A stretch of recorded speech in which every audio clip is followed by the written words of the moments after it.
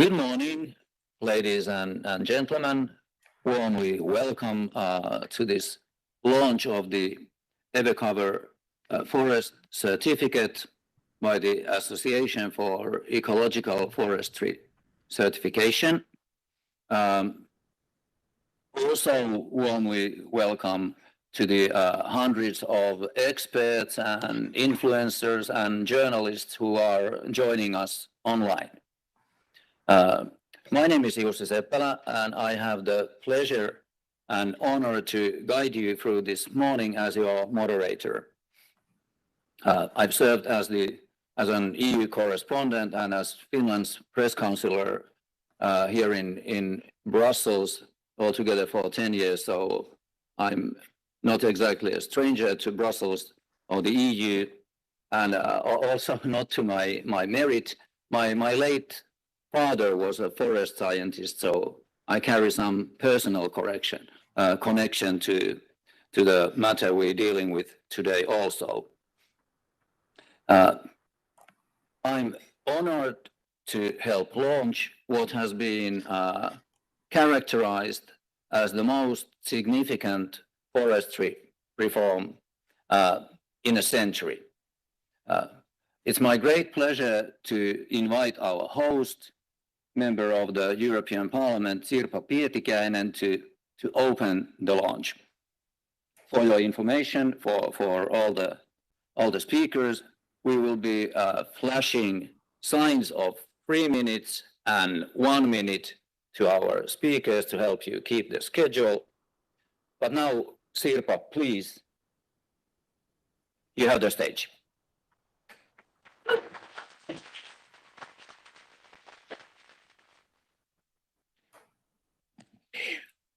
Well, first of all, thank you for all of you for arriving to this event to discuss the new sustainable forestry certification. And yes, well, you might ask, why do we need this? Don't we have BEFC? Don't we have AEFC? Don't we have the standards and the labelings already? Being a part of preparations of these two previous labels, I can tell, they are always a child of their time. When we started, we thought, okay, if everybody follows the rules and the laws and regulations, everything is going to be fine, right? Enough food, so we are not going to lose the forest cover globally or in Europe or in Finland. Sustainability, a bit, but the focus was on quantity. Then the time passed, we noticed that, okay, this might not be enough. And always when you have an existing standard, it's extremely difficult to change it. Because everybody is accustomed to the fact what we have. And the question is, rightly so, what I posed. Why do we need to reform this? Isn't this okay? It was firstly discussed and agreed. Why do we need to change it? Why do you demand new aspects? And as you know, for example, in Finland, the reform of the BEFC ended up in a big role, and the scientists, environmental experts and NGOs walking out of the table. This is not the way how to do things. Well, the next one took a bit more into account the biodiversity and climate. It set better standards for environmental aspects. But it was very far away out of where we are now and way far away what we know now. And the same story again about how to renew it. It doesn't. They are babies of their time, and they have their genes, and they have their habits. So this is the reason why we go for the new one. Then the question is, okay, what has changed? And I'm not going to be, don't worry, in detail on that. We have far more knowledge. We understand planetary boundaries. We understand far better the interconnection between climate change and biodiversity. the resource efficiency, the circular economy, and other factors.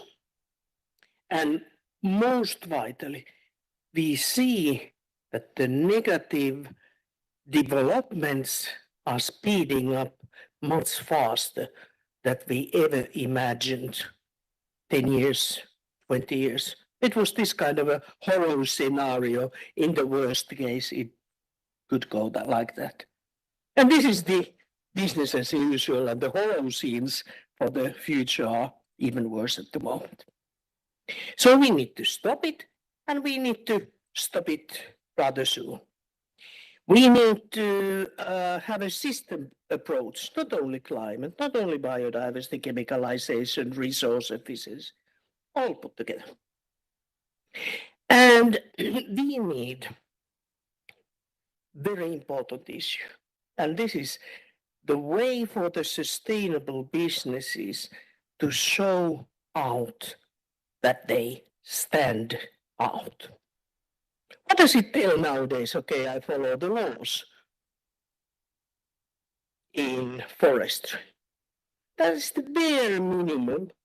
And if you have a company using really sustainable practices, taking into account the Commission agreement, so it is not just some scientists saying, it is a global agreement that we are in desperate situation with the biodiversity, we would need to preserve 1/3, use 1/3 sustainably, and we would need to recover and regenerate 1/3.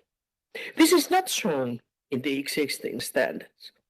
We need to take that into account, and we need to make it possible for those users of wood-based, forest-based goods to show that they stand out, so that they have a preferential treatment in investment targets, in climate or biodiversity risk assessment when it comes to lending and so forth. So this has a bigger impact. It hopefully has a big impact on the nature, but it has an impact in our businesses, our ability to compete, competitiveness in sustainable way, and the green transition we all are talking about. I would like to conclude here to leave the time for discussions and presentations so that we all can hear more detailed what this is all about and what impacts it has. And then I wish for very lively debate, discussion in the panel, and of course questions and comments by you audience. Thank you and very warmly welcome.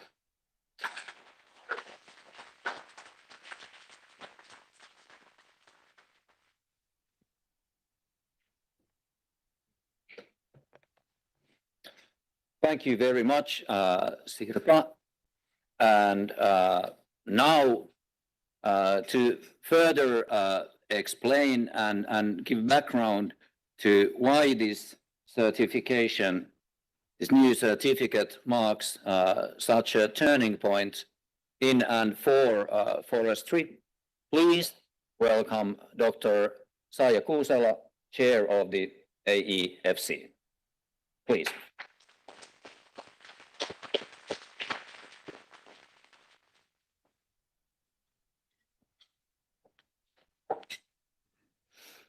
Thank you, Jussi. Good morning, everybody. Esteemed members of the European Commission and the Parliament, especially our hostess, MEP Sirpa Pietikäinen, dearest forestry, ecology, and wood industry colleagues, both here in Brussels and online. Facts and science can be uncomfortable things, but they are ultimately among the only advantages we humans have. Respect for science has helped us reach the moon, cure formerly dangerous diseases, and successfully protect the ozone layer. For most of us, those are examples of pleasant facts. But what of some less pleasant facts? That deforestation and replacing natural forests with monocultures is decimating terrestrial wildlife, that drainage and clear cuts are turning forests into carbon sources rather than sinks and polluting waterways, that the scale of these impacts now threatens us all, our cultures and our planet.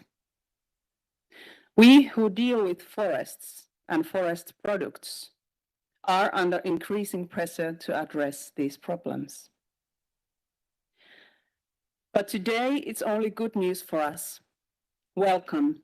From the bottom of my heart, welcome to the launch of the EverCover, the Ecological Forestry certification. It doesn't seem that there are so many of us today here, but I can assure you that online there are hundreds of people, over 20 countries welcoming this initiative. Only the briefest overview of the AEFC and its timber brand EverCover is possible here this morning. But first and foremost, here is where you get more information straight away. The AEFC website, free online webinars on how to get your forest certified. The code here is for the English one, and how to acquire EverCover Timber. You can already sign up to these events on our website. This time, the word ecological in our name is not a marketing slogan, but a guarantee to the general public, to the EverCover Timber user, and to our industry's own self-esteem, that the AEFC certification standard is based on the best available science on what we must do to preserve forest biodiversity. The core requirements are these. Commercial forestry is conducted using continuous cover forestry.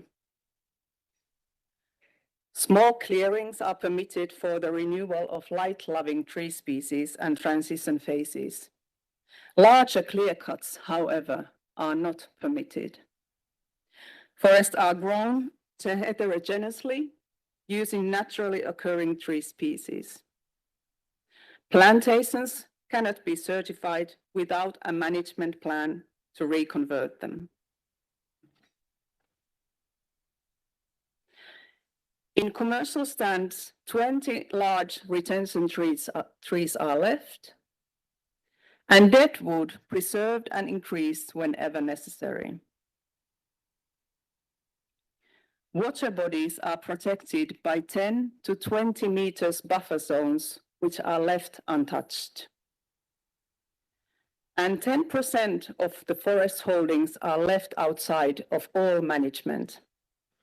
No logging of forests of high conservation value is permitted, even in the event of these constituting more than 10% of the holdings area. The AEFC encourages all forest owners for long-term conservation of their valuable forest sites. These regulations also go a long way to both solving the forest carbon sequestration challenge, as well as guaranteeing the continuation of local people's cultures, non-timber forest uses, and citizens' mental health. The use of continuous cover forestry may sound radical today, but in fact, it's not. It has been known for centuries, and with recent refinements, be shown to be extremely profitable still today. We are here today after walking a long path, and thanks to the efforts of too many persons to thank separately, but they know who they are, and how profoundly grateful I and the AEFC board are for their enthusiasm, expertise, and sheer hard work. In particular, however, I want to thank MEP Sirpa Pietikäinen and her team for hosting us here today. Sirpa's decades-long track record of supporting sustainability initiatives is an example to us all. Sirpa, you're giving the AEFC a great start today, and we will do our utmost best to make you proud of us. Ladies and gentlemen, we know from science that terrible tipping points exist. But we also know nowadays that there are positive ones too. Today, here, we may actually witness one dawning right now. All we need is enough momentum to go to the other side of the hill. So I want to conclude by stressing to every forestry and timber professional out there, from forester to joiner, from forest owner to architect, from paper factories to skyscraper builders, the AEFC and EverCover is for all of us. It is ecological, but it is commercial forest management. It is not about exclusivity, it is for everyone. It is the solution that, in our opinion, truly everybody across the globe wants to see. It is the path to saving the climate, forest species, and the very timber industry itself. So please join us. Thank you.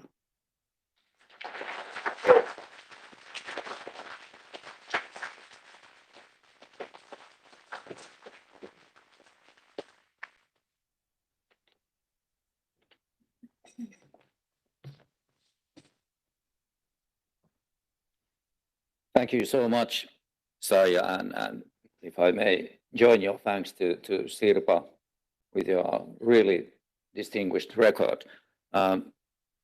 Let's turn to what we actually do with the wood, what we do with the timber, because of course that's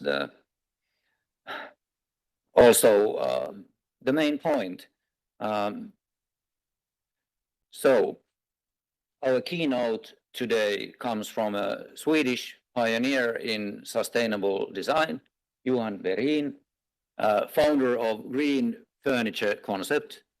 Johan has won several international awards, including the prestigious Red Dot Award, and he will speak on why green building concepts must pay more attention to their sources of timber.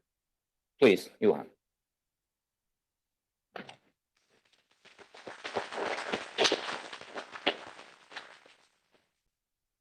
Thank you, Jussi.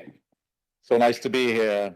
And paying more attention to where timber comes from. It wasn't quite possible just a while ago. I did it as far as I thought possible. And I'll show you a little bit of that journey and how that is actually changing today. So let's have a next slide.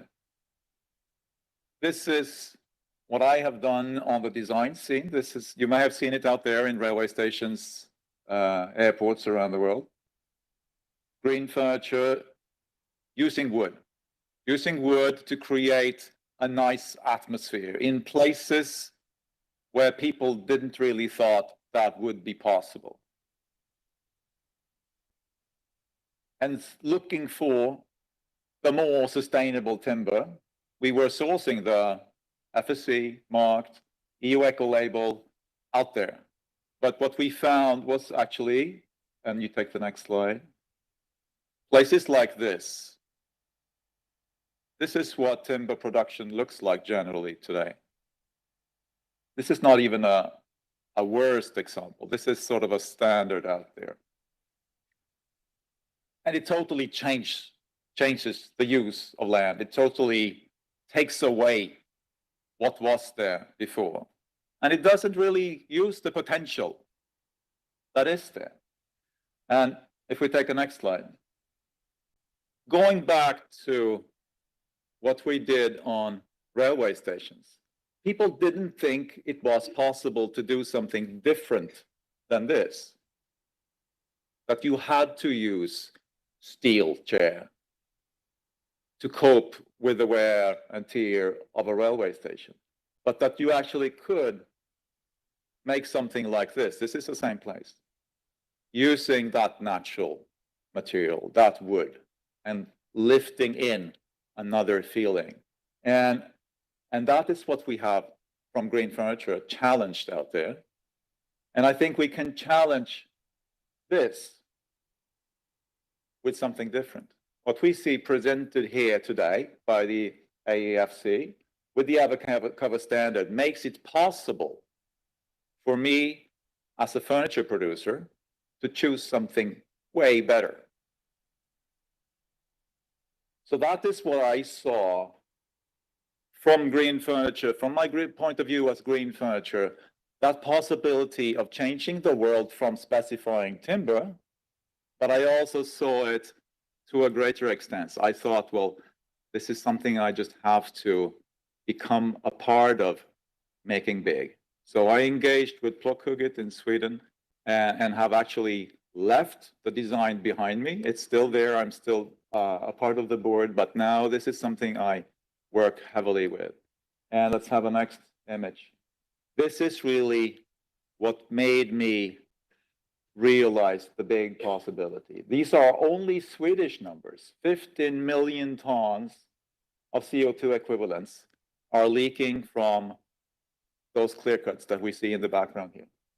That's as much as the entire Swedish industry leaking from Swedish clear cuts. And that doesn't have to be there.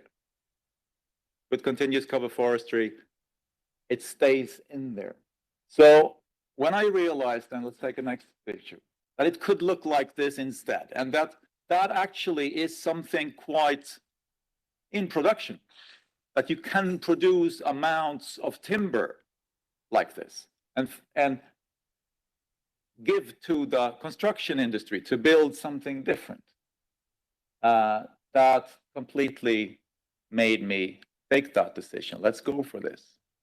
And forests could look like this under production and still produce more sawn timber, less paper pulp, but more sawn timber than we do today.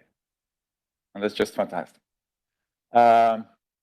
Using industrial methods, the present machinery out there, this can go very quickly and produce very large amounts and still have that wonderful, diverse forest.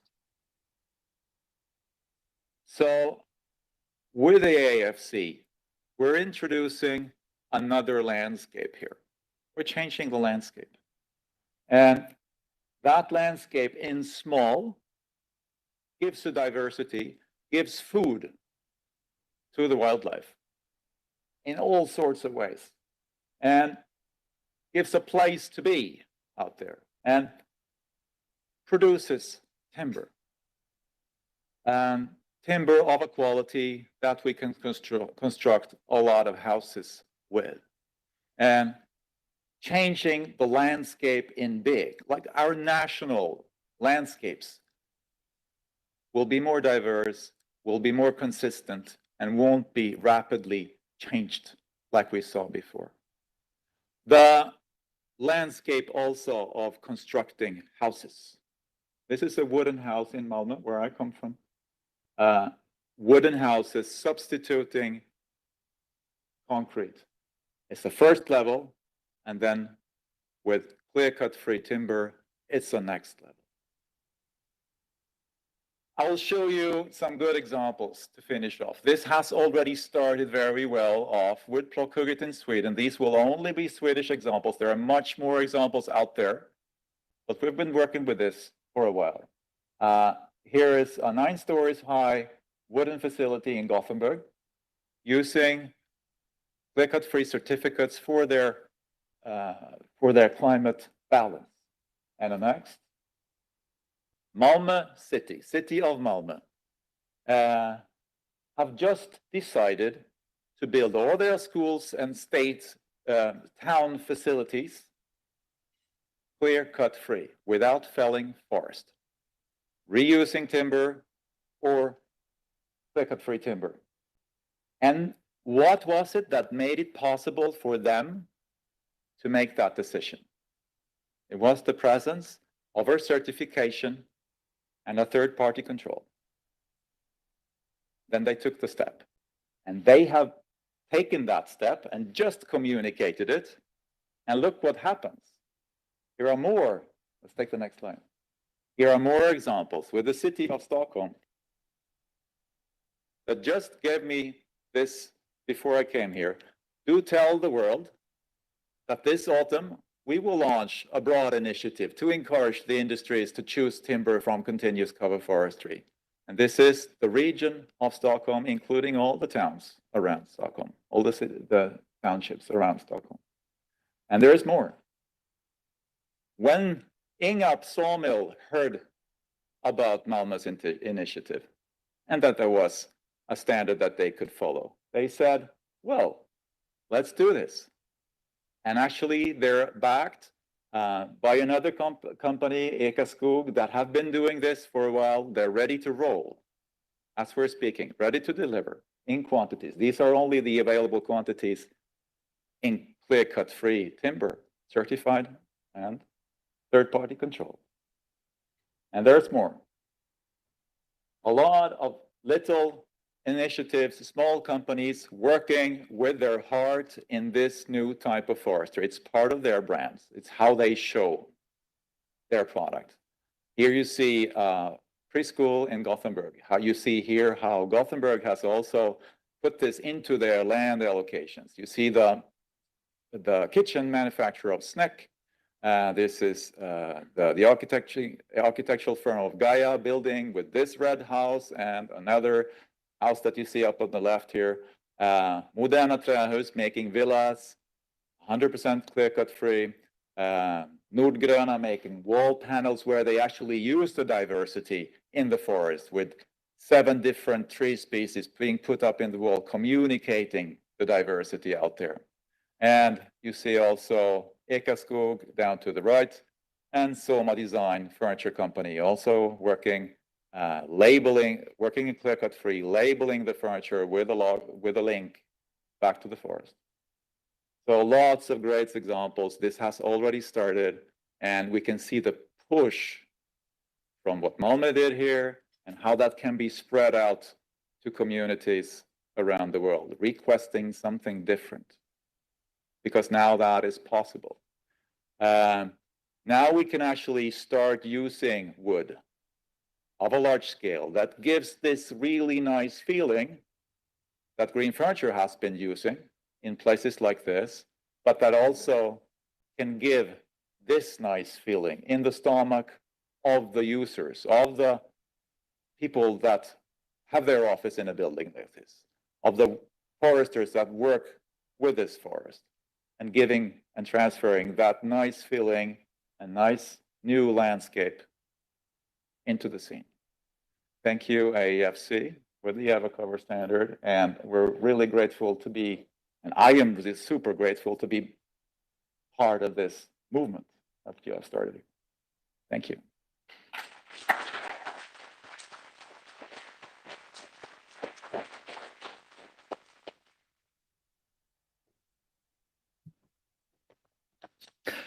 Thank you so much, Johan, for those inspiring words. Next, we welcome Stefanie Schmidt, Policy Officer for Forests at the European Commission's DG Environment.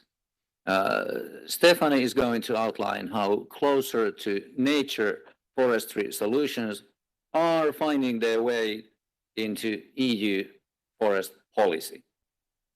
Please, Stefanie.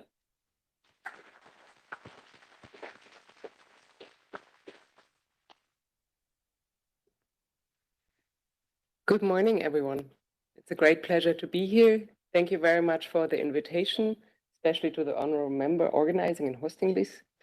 Let me start with congratulating the AEFC for the hard work and the achievement that they've made with presenting and adopting this standard, which we see resonates very well with many of the elements that we have set out as framing closer to nature on an EU level. And that brings me directly to the talk that I will give here briefly upon the invitation to talk a bit about the role of closer to nature forestry solution for forests in the EU. And I would like to do so by starting to actually take a look at the forests in the EU today. And what we see here is basically a mixed picture. So we can see that we have, over the last years, some slight improvements of the conditions in large parts of the area, 63%. But we can also see that we have some going down in the areas, in 37% of the areas in the same time. And at the end of the day, if you then look into the details, what have been the positive developments and what have been the negative developments, you can see that yes, we have more forests, we have more biomass volume, and we have more productivity. But at the same time, also health of the forest has actually been going down. We can see that 1 out of 4 trees shows moderate to severe defoliation, which is an indicator for forest health, and that this is actually increasing. And we can also see that the tree canopy mortality rate is doubling. And we can also see that the biodiversity, where we measure it, shows a slight decline. And that varies significantly across the EU, with some countries where we can see improvements and some countries where we can also see deterioration. And that's a problem because biodiversity is important for forest resilience. And when we then look at the management and linking it to the topic today, we can see that we have only in about 25% of the EU, we have what you could frame as closer to nature forestry, and you have big differences across the EU in terms of where you would find this. It's mainly in continental Europe, while, for example, in the boreal region, not so much so far. So there's a lot of room for opportunities for changing this. Next slide. And that is actually important, not only from an environmental perspective, but also from a business perspective, because the forests are changing with climate change. The forests are strongly affected in Europe by climate change, and we can see based on the modelings that exist that by 2100, basically 21 to 60% of the Europe forest lands will be suitable mainly for what you could call a Mediterranean oak forest type, which, based on the current economy that we have linked to forestry, would mean low economic returns for, at the end of the day, the next generation of forest owners and for the industry, and also reduced carbon sequestration. Lower spruce, which is today the major commercial tree species in Europe in many parts, and covering about 25% of the European forests, will by that time be restricted likely to the higher elevations in Central Europe and to areas in northern Sweden, Finland, and Norway. So it will not be viable anymore in large parts of the EU. Next slide. And as the forests are changing with climate change, is also the natural disturbances that are affecting them. And here you can see the results of the first EU climate risk assessment, which were highlighted here. Those results which are also important for EU forests in terms of where it has been identified that further action is needed, and that is notably on biodiversity, that is notably on carbon sinks, and that's due to all the different types of natural disturbance that we have, notably pests, droughts, storms, and also wildfires. And we can see that while, for example, in Scandinavia, I think for the moment the idea is like wildfires, that's more a Southern European problem. Latest research coming out soon, that will be published soon, will show that in terms of wildfires in Europe, we're just at the beginning. This is going to get worse, and this is also going to come up north. And at the same time, also, we can see that we need to have more understanding about the cascading impacts of all these forest disturbances, because they interplay. And at the moment, we don't know really how do they interplay. Do they aggravate each other? Are they preconditioning each other? So that's there's a lot of action needed and a lot of uncertainty, which again also impacts business and profitability. Next slide. And at the same time, forests are more and more discussed because the role that they're playing in all the different services and products that they offer are of increasing demand. Some of them you can substitute, for example, recreational. You can also go to the ocean. You don't have to go to the forest. But others are actually very difficult to substitute. And that's again is where their role in climate mitigation, their role in the water circle, for example. These are essential services that you cannot really substitute, or if, then they would be very costly. So it's very important to preserve them, not only for our economic, for our societal well-being, but also again for our economic well-being, because with this multifunctionality, there comes also a different variety of income options and business opportunities. And I think we just had a couple of neat examples linked to timber, for example. Next slide.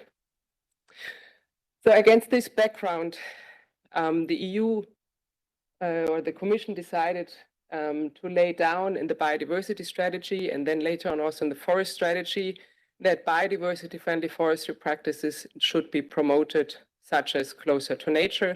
And the Commission committed to two deliverables in this regard. First, to develop voluntary guidelines on closer to nature, and then also to develop voluntary closer to nature certification. Next slide. And as a first step in 2023, we presented the voluntary guidelines, with which we basically, first of all, framed the concept of closer to nature, following long discussions. And when I say long, I mean long. I think we discussed 3 years with member states and stakeholders and other actors. How do we actually want to define this? And what will be the scope and what will be the purpose of these guidelines and of closer to nature forestry? Next slide. And basically what we framed it down to is that it's about enhancing structural complexity, and that it's about promoting natural forest dynamics in order to provide all the different benefits that you get if you have a more biodiverse, a more structural heterogeneous forest, and actually also lower your investment costs by relying more on natural regeneration, for example. Next slide. Based on that, then there is a toolbox, as we call it, in the Closer to Nature guidelines, which then provide you different possibilities, what you can do throughout the forest management circle in order to reach these objectives in terms of structural more diverse forests, and also to reduce the level of intervention actually needed. And also discussing some elements that are not directly forest management, but that are also relevant because they have an effect on forest management, like, for example, the management of ungulate species. Next slide. Following the adoption or the presentation of these guidelines in 2023, we're now having started to work on the second deliverable, the certification. And there we're in the process of framing options. We've had a study on certification, which looked at the status quo, looking at existing, notably FSC, PFC, of course, which are the traditional ones, which were already mentioned, as well as also looking at what is actually emerging in terms of new initiatives. And there, of course, the AEFC is the one that we're discussing today, but as it's also already mentioned, there's also others around. So there's actually quite a bit happening across Europe in this regard, because people recognize more and more that, first of all, there's a need for transformation in forest management, but again, there's also business to make with it. And then we had several discussions with stakeholders. We had a webinar, we had bilateral meetings, we received a couple of letters. And then we are also monitoring at the moment what's happening again in the private sector, notably as well what's happening here with the AEFC. And I think I leave it with that for now, and say again, thank you very much for having the opportunity to be here, because like I said, it's very interesting for us to see what's happening with Closer to Nature, also outside of the Commission, outside of Brussels. Thank you.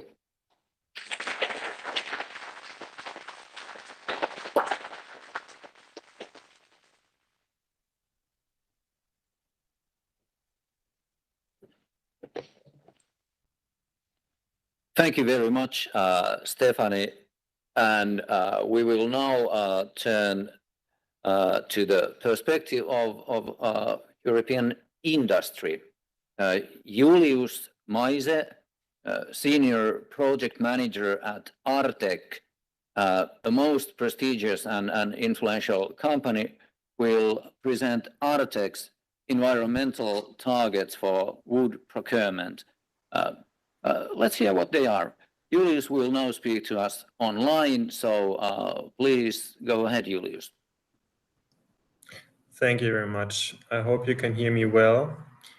I'm truly excited and honored to be here. I think the importance of your endeavor and the EverCover and AEFC project can't be overestimated. A bit on myself, I've been working in the so-called high-end furniture and design industry for 25 years, leading teams of product managers and product developers mainly. And since beginning of this year, I'm focusing fully driving forward Artek's environmental mission. Yeah. Now I cannot see the presentation anymore. Do you see it?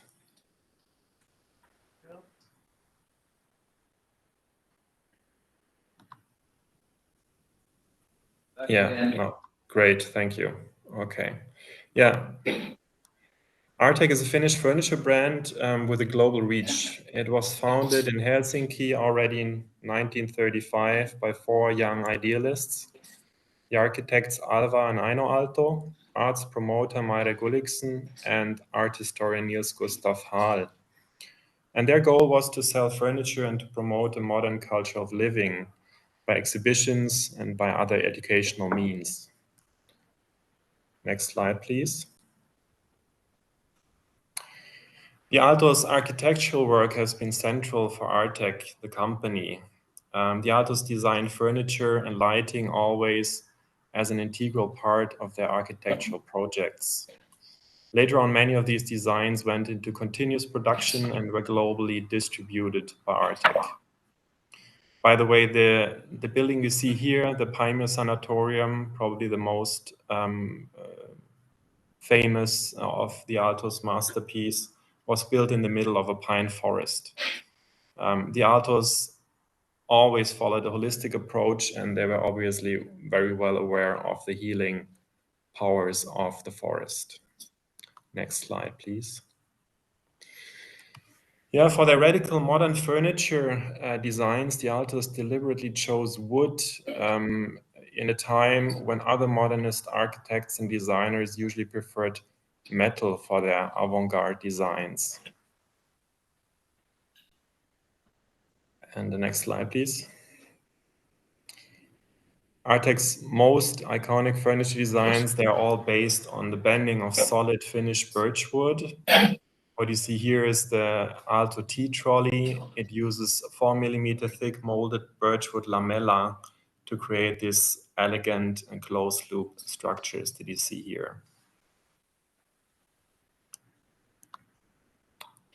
Yeah, Artek's solid birch bending technology that we refer to as the L-bend is unique to this day. It's only used by Artek.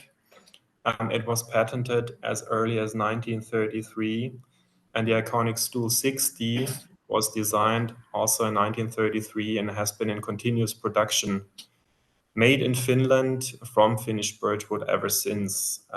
Millions were sold worldwide so far. Stool 60 is probably the modernist design object with the longest uninterrupted production history.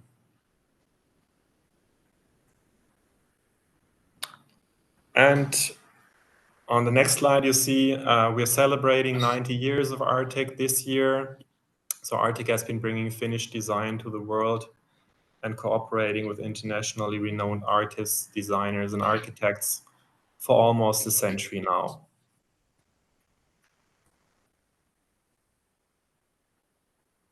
Now some facts that are quite new to me. I learned only about this maybe in the past 1 to 2 years, but it was quite a wake-up call for us here, also in the company. So that brings me to the question, why is Artek a relatively small furniture manufacturer here? I mean, obviously reason is because wood is our key raw material, but Artek is also a global brand. We're speaking to architects and interior designers, and we are part of a trade that is responsible for about 40% of the global greenhouse gas emissions. On the next slide, you see actually the impact of interiors and furniture on this carbon footprint of the built environment. And embodied carbon in architecture has been a hot topic for quite a while. if you think of the footprint of global concrete and steel industry.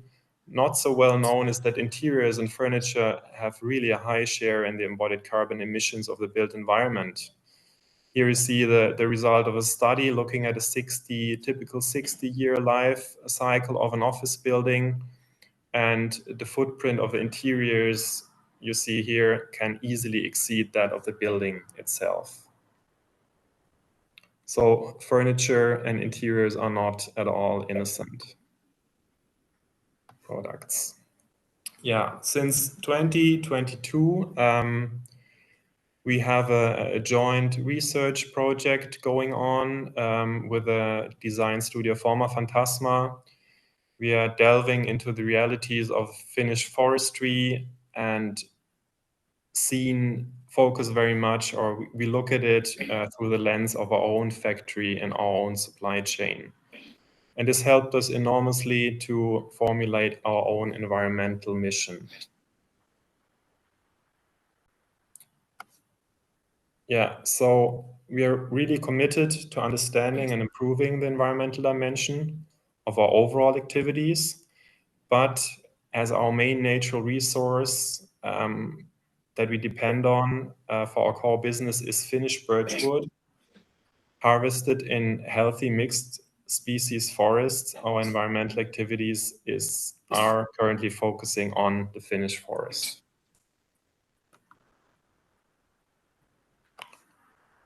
There is and always has been a vital connection between Artek and the Finnish forest.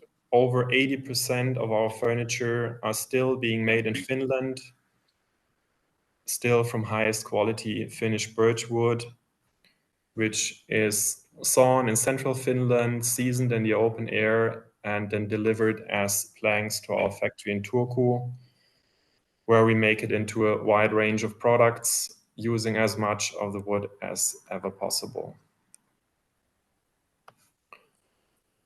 Yeah, as said, we're using mainly birch timber, Finnish birch timber for Artek's furniture production. And this timber really needs to be tall, straight, and healthy. This kind of timber only grows in healthy mixed wood forests. By means of natural rejuvenation, when birch is a pioneer species and grows tall with few lower branches, competing for light with faster growing species like spruce and pine. So one of our most important goals currently is to make sure that the long-term supply of this precious Finnish birchwood is secured. And we hear from our sawmills that birch log diameter and quality has been decreasing over the past 10 or 15 years or so. And we're asking ourselves, could this somehow be connected to the fact that there is more wood in the forest today, but less biodiversity than ever?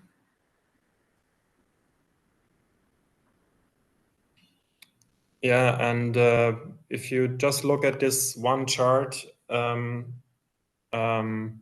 it becomes quite visual that, let's say, the realities of the Finnish forest have changed dramatically since our founders set out in 1935, probably due to industrialization and climate change, or obviously due to industrialization and climate change, and both seem to have a negative impact on the availability of high quality birch, our most important raw material.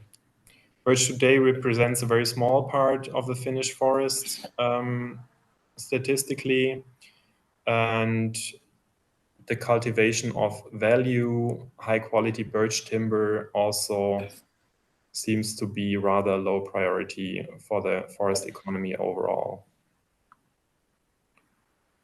Yeah, how are we reacting to this development? For instance, we're taking measures to establish a new aesthetics of sustainability, how we call it. A new wood selection we call wild birch. It embraces more natural features like knots, dark stains, or insect traces. So ultimately, we are able to use more of the tree for long-lasting products, but also the challenges brought by climate change are made visually in the product. Speaking of turning wood into long-lasting products, this of course has been recognized mainly in architecture. Long-lived wooden products, or converting wood into long-lived products instead of fast cycle products or disposable products, is actually extending the carbon cycle. And we just introduced the 50-year lifetime warranty on our best-selling products. So this is about guaranteeing that the product lasts at least as long as the tree that is used for its production needs to regrow. And of course, our target is always to make products that last longer than the tree needs to regrow.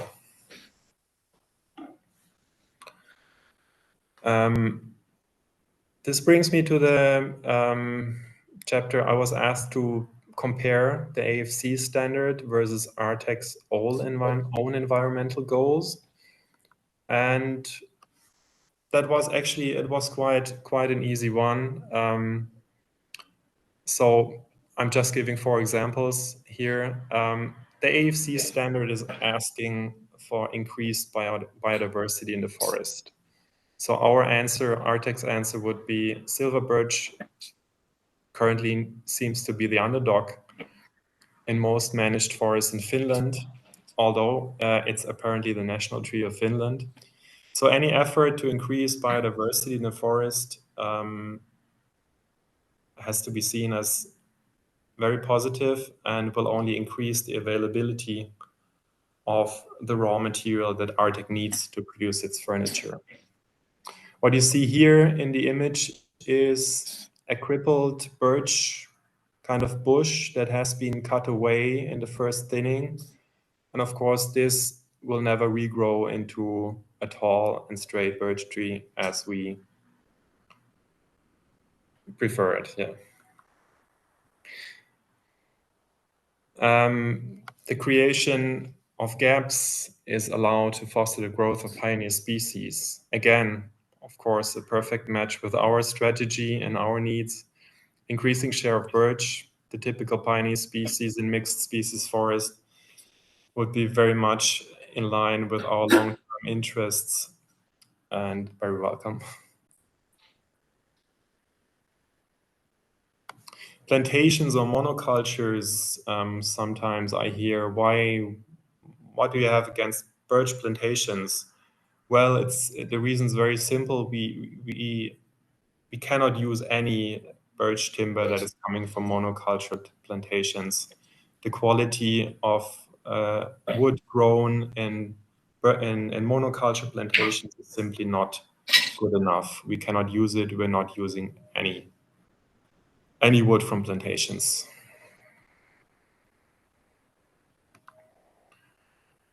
And going back to, let's say, our climate targets, our targets to reduce the overall footprint of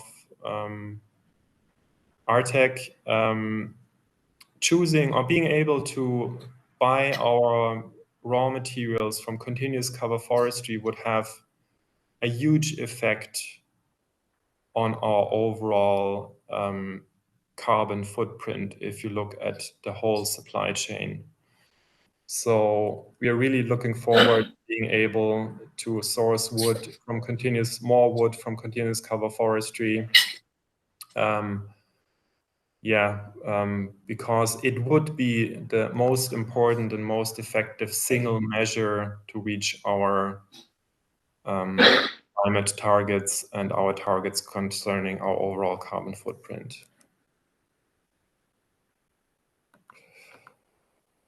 Yeah, so I'm closing with a kind of unofficial mission statement that we're using internally in the product team. So we strive to become a forest-centric company as much as a design company in the future. We want to look at sourcing materials and producing objects on a much longer time frame, the lifetime of trees. And of course, with forests, we mean a healthy and diverse ecosystem with the ability to renew itself while being used still being used as source for high-value natural raw materials. And with forest-centric, we mean, for instance, to become our portfolio to become as diverse as the forest itself, using materials as diverse as the forest itself. Our product, for instance, being always longer lived than the tree needs to regrow. So on behalf of the Artek products team, congratulations to the AEFC team for the international launch of EverCover, and we are very much looking forward to future cooperation, and hope this will develop into a much needed success story. Thank you.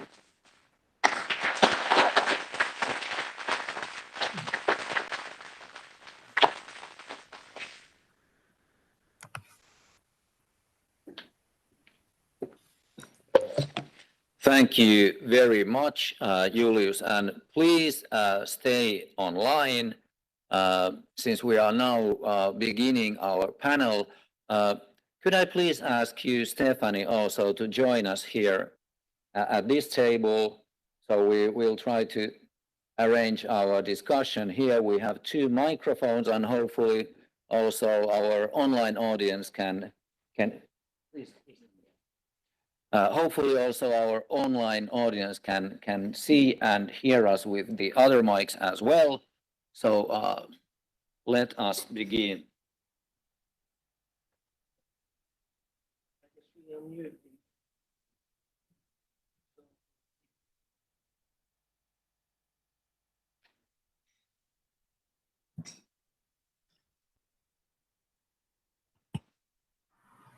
Okay.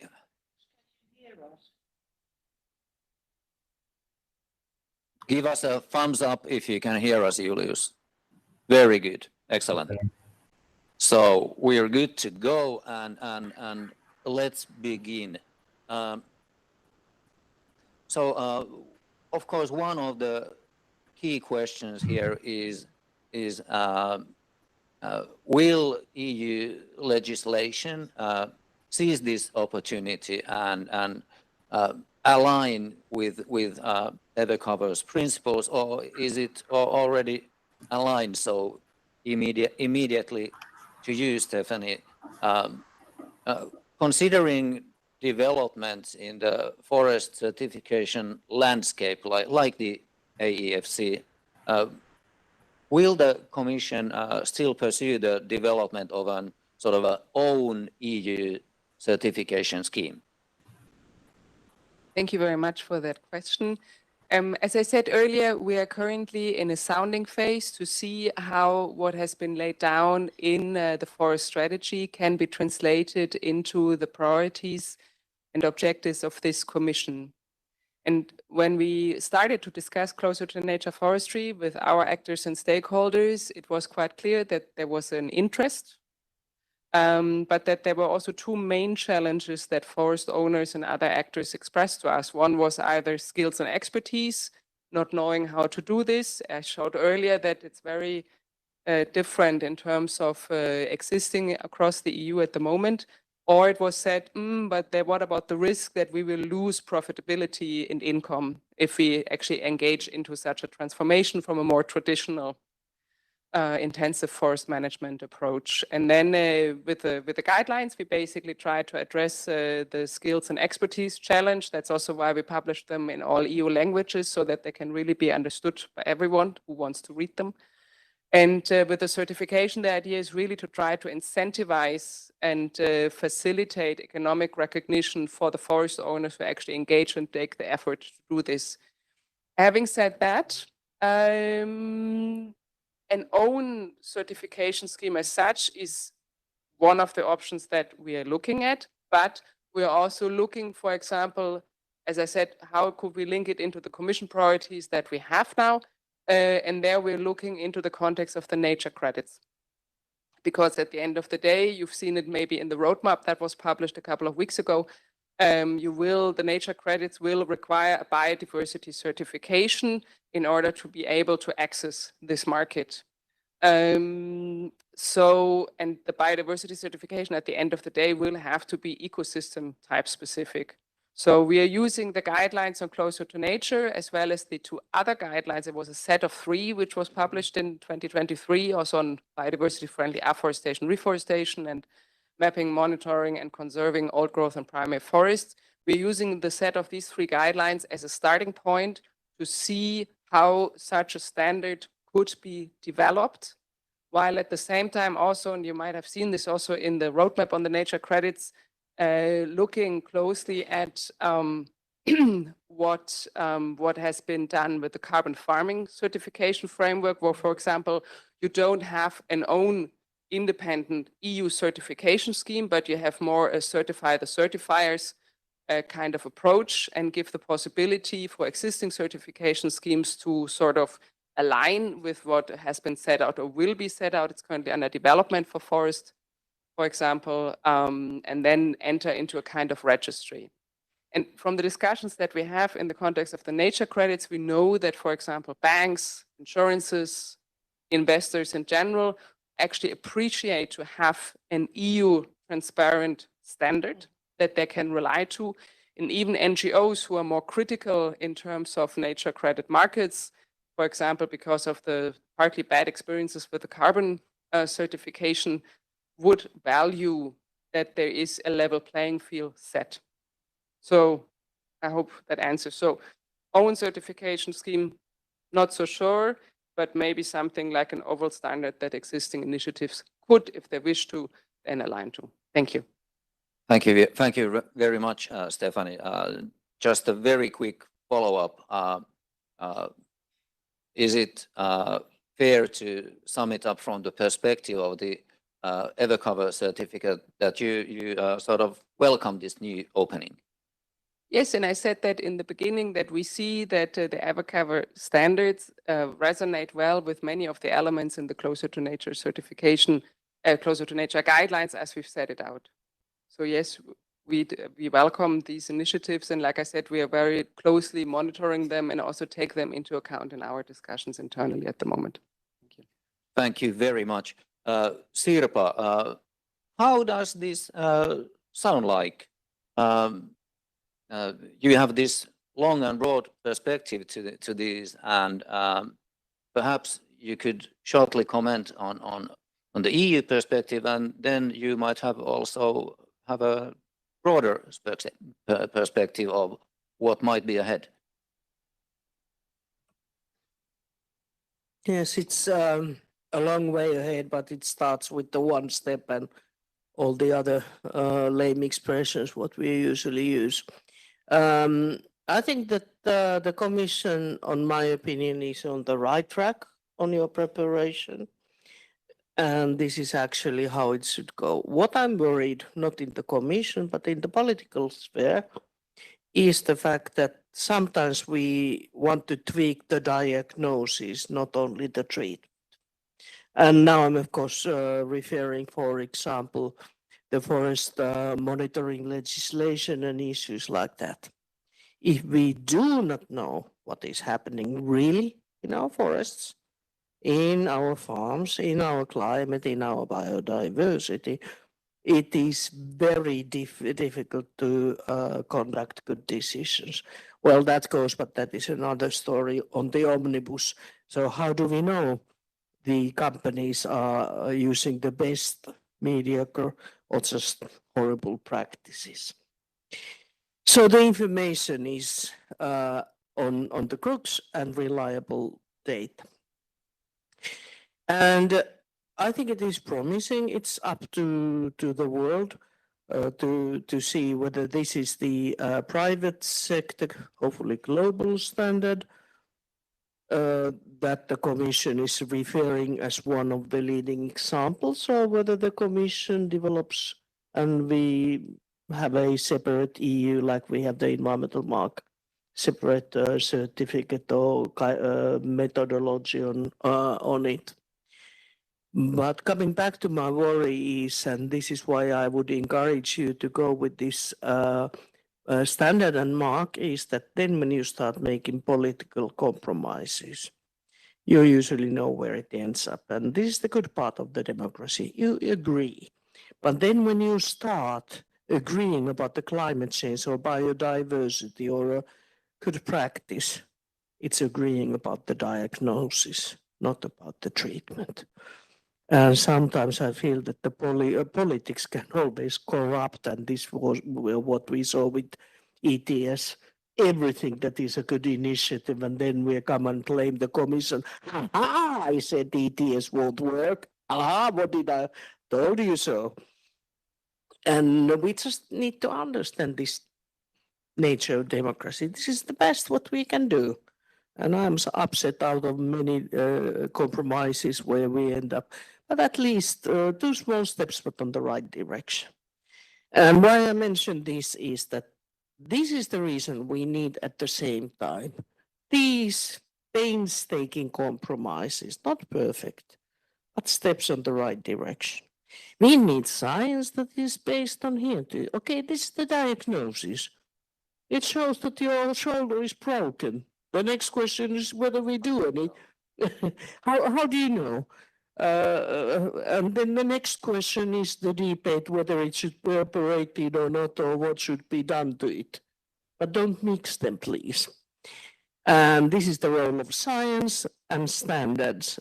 And that's why we need the private initiatives, and we need them even more and more nowadays, because the politics is with this MAGA and rest in the state that it is.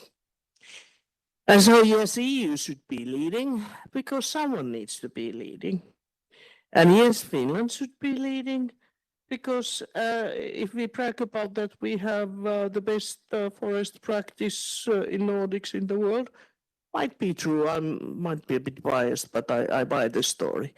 Then probably it would be a good idea that we set the standards and try to lift everybody else on the standards and not to fight for lower standards, because then we are actually working for our competitors. Okay, your business is worse than ours, but we'll fight that you can compete us in the same terms. Doesn't make sense. So what we did in Finland, if I go on the memory lane, is that during the Rio conference and sometime after that, Finland, Ministry of the Environment and Agriculture, worked very hard together to have a international forest agreement convention. Then when we had the biodiversity convention, and we did have the climate convention, almost got there, not quite, but almost. And the idea was exactly this. Okay, we know what to do. We know how to set the standards. We know, not perfect, but it is on the brighter end what you can do. Why don't we do the same now? So this is encouragements to us as Finns within the EU and Nordics and the EU on the global level, because the markets are global. Let's make it the home clean first, and then the clean the rest of our courtyard, so to say. And there I think that we could play a very good and big role. And we tried it early on, and so hopefully in the future this could work. Thank you very much, Sirpa. So here we heard also a strong message to Finland itself. But Saija, as chair of AEFC, you of course want to see EverCover spread into the EU as widely as possible and further, but this AEFC Global Forest Standard was created by experts in the Boreal Europe. How well is it going to adapt to other parts of the world? Yeah, obviously there can be adjustments still needed. It's the version 2.01 maybe now available on our website. So it's the early version. After this launch, the AEFC starts a pilot period where we can really put the global standard under test. And if we find that refinements need to be made, we can suggest changes to our members. It's the members of our association who have the highest decision-making power. So in the yearly meeting next spring, we can make adjustments to the global standard if needed. Obviously, the most adjustments take place in the national standards. And now currently we are finalizing national standards in 3 countries, Finland, Sweden, and Estonia, still during this year. And obviously we warmly welcome other countries to follow up and have their own national standards so that the adaptation is done so correctly and taking into account all the details needed.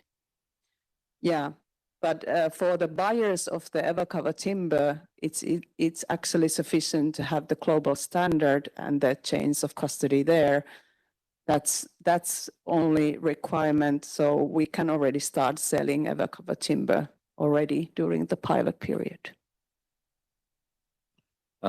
Thank you. That's really interesting to know and very logical to continue to you, Johan.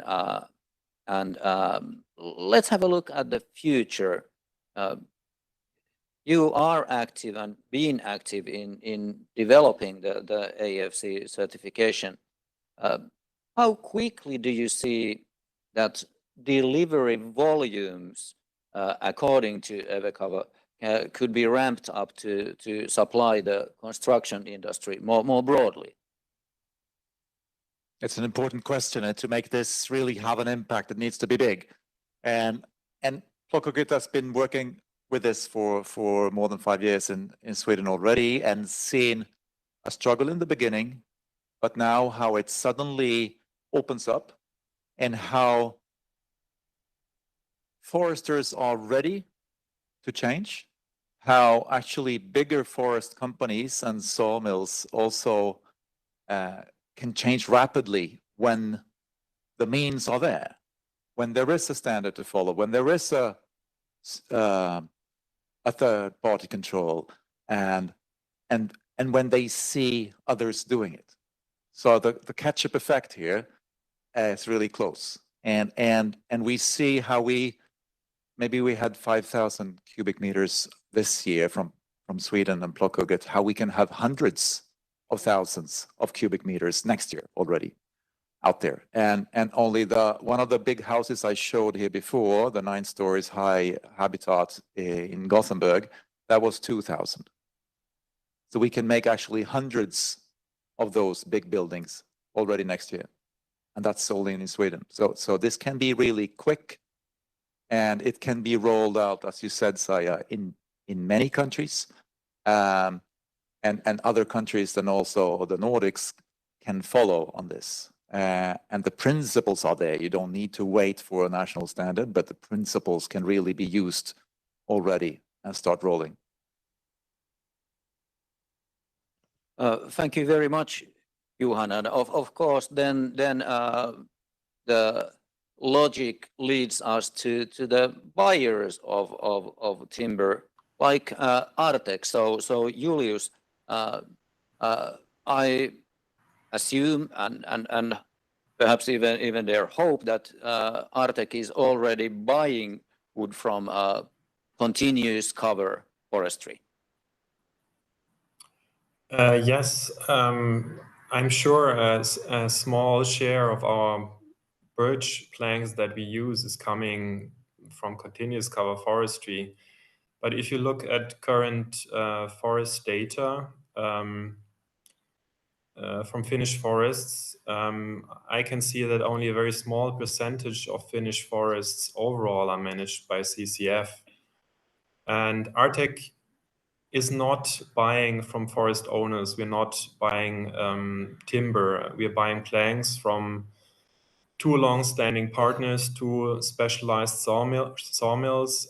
And the quality birch that we need is really, really scarce in the Finnish forest. So our sawmills basically have to buy from business as usual forestry, have to buy everything they can get. So our hope is really that a scheme like EverCover in the future will make it easier for the forest owner but also for the buyers, for the sawmills, and ultimately for us to increase our share of birch from continuous cover forestry.